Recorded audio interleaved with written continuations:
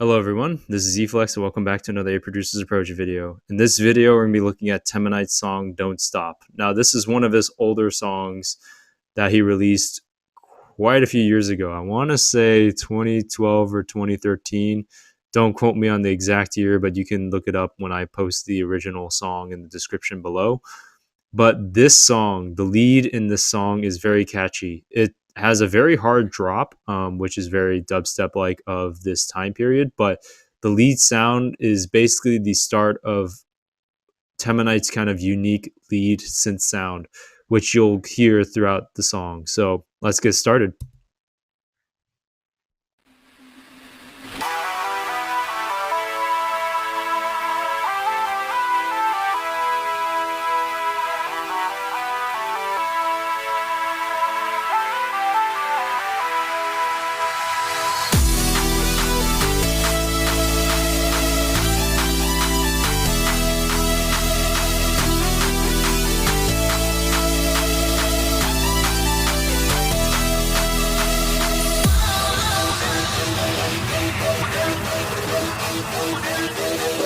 Don't stop.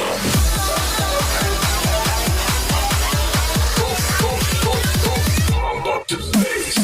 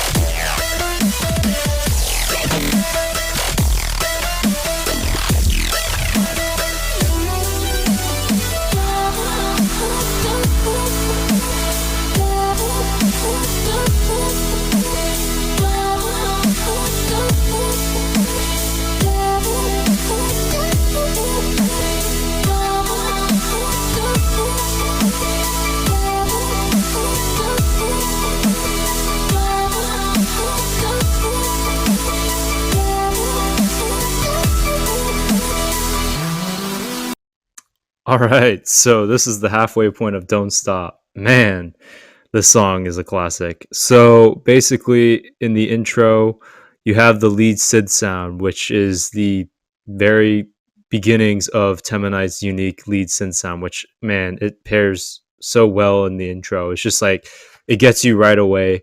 It's very short, then it builds up into the first chorus, more traditional kind of structure and build up for this as a dubstep song.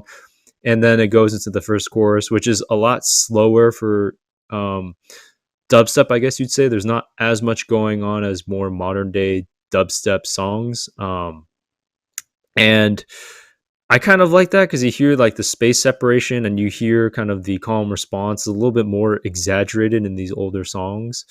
You do hear different melody kind of vocal phrases coming in at the end of the kind of phrases for the chorus section, but my favorite section is the vocal chop section where the kick and the snare is playing, the vocal chops are playing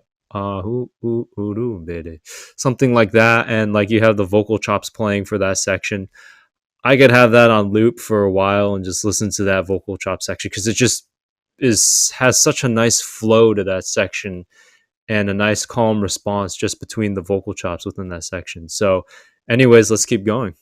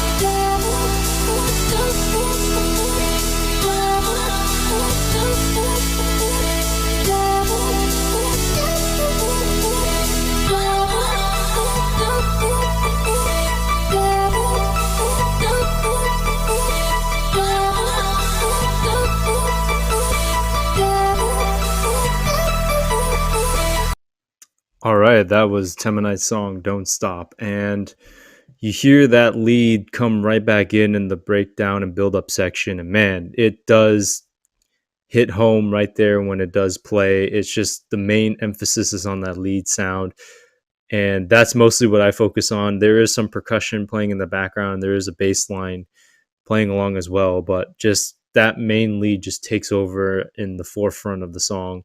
And then going into the second chorus I like a little bit more because you hear a lot more of his sound design sounds, which are very unique to him, and you hear the kind of vocal sampling and the vocoded "Don't Stop" vocal sample, which is tuned down, which is very similar to what Teminite uses in his normal music now. So it's kind of like the evolution of his style. And this was like the very kind of beginning of that kind of harder, kind of dubstep, electro ish, kind of vocoding his own vocal style. So, what I do like about this song in terms of dubstep from this period is that his wubs and stuff are more on the lower, how should I say, timbre side. So they're not high pitched sounds, they're lower pitched sounds.